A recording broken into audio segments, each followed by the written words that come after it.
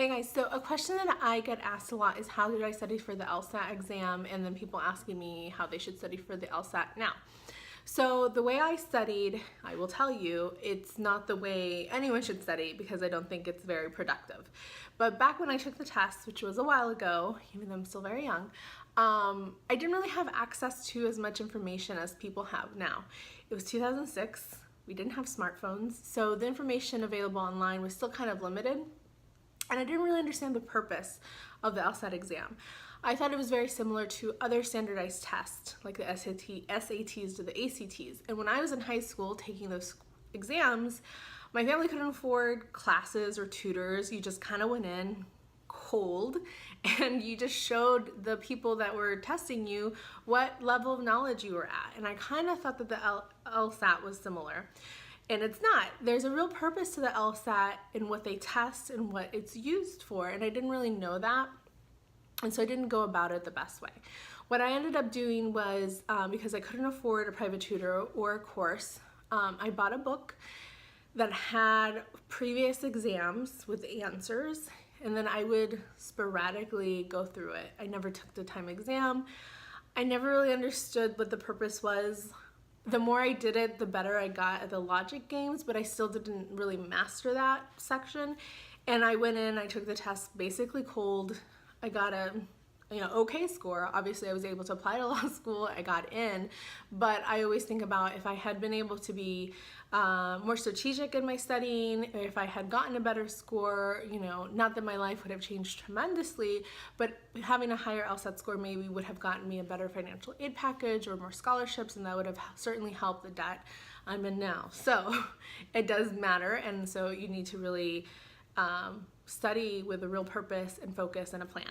So the way I recommend for you to study is that if you are able to afford a course, take the course. There's a big variety of courses now. You're not limited to just one the way I was back in the day. You can find something affordable, hopefully. If you can't afford that or a private tutor, that is the case for many people. That would probably certainly be the case for me if I were studying for the exam now. My family just didn't have those resources. We didn't have an extra $1,000 that we could use to spend for these types of things. And so if you don't have that access to those types of resources, what you need to do is you have to hustle. You need to find as many free resources as you can. Go to your library, find them online. Google is your friend.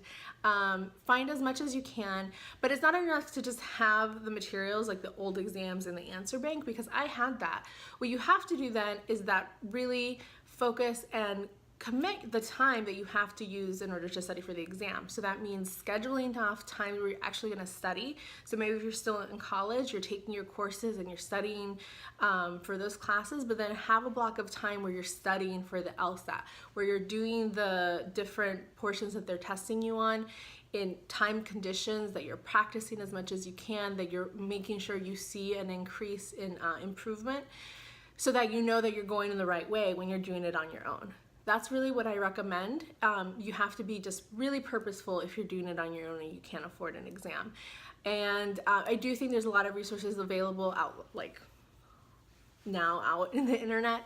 I haven't taken the LSAT or needed to take the LSAT in many, many years, so I can't really tell you this is what I recommend.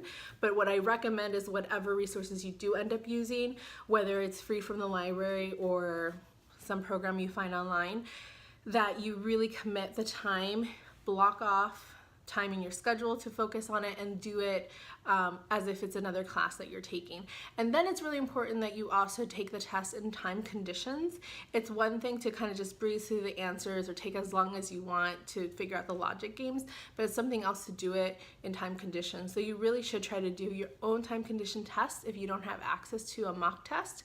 But if you do, if you're still in school, there's a pre-law society, or your college is attached to a law school, see if they're offering a mock LSAT exam so that you can take it and see what it's actually like in time conditions, to see where you need to improve. Like, when is it that you get tired? Where do you lose your focus? How should you be studying? You really need to do that. It's a lot of work, but if you are invested in getting a good and high LSAT score, then I think this is the work you need to do to put into it. And then the most important part is to remember what the purpose of the LSAT exam is.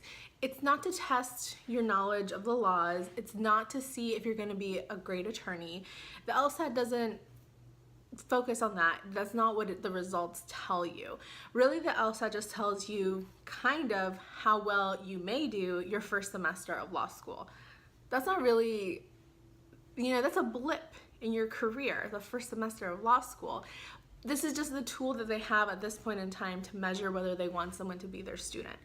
And so you need to make sure you have that in the back of your head, because oftentimes I think, especially when we don't know what law school is like, what they're looking for, we put so much emotional attachment to the LSAT test, and especially to the score. That doesn't really measure your intelligence. It doesn't measure your ability to be a lawyer. It doesn't do any of that.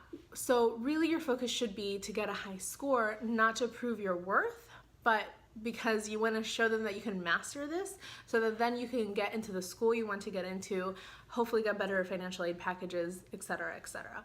But when it comes to studying for the test, it's not just a matter of putting in the time, putting in the focus. It's also a mental game, because you might start thinking, if you don't see your scores improving, or if you're having a difficult time with like the logic games or the reading comprehension, you might start getting in your own head about how maybe this isn't for you, or it's too difficult, or you're not smart enough. And that's really not what this test is measuring. It is just a tool to get you into law school. I did not mean to rhyme, but it is just a tool. Keep that in the back of your head as you're studying, and then just focus on improving your grade, your score, as much as you can with whatever tools are at your disposal. So that's what I recommend if you are taking the LSAT test soon, or are going to start studying for it soon, and then you can't afford a class, then you really need to hustle. If you can't afford a class, then take the class. It's worth it, because you really need that high score in order to, get into the school you want. So that is my 2 cents on the LSAT exam. If you have any questions, please leave them below. Subscribe to the page, like if you like it, share if you like it also, and make sure you subscribe and visit the site latinasuprising.com.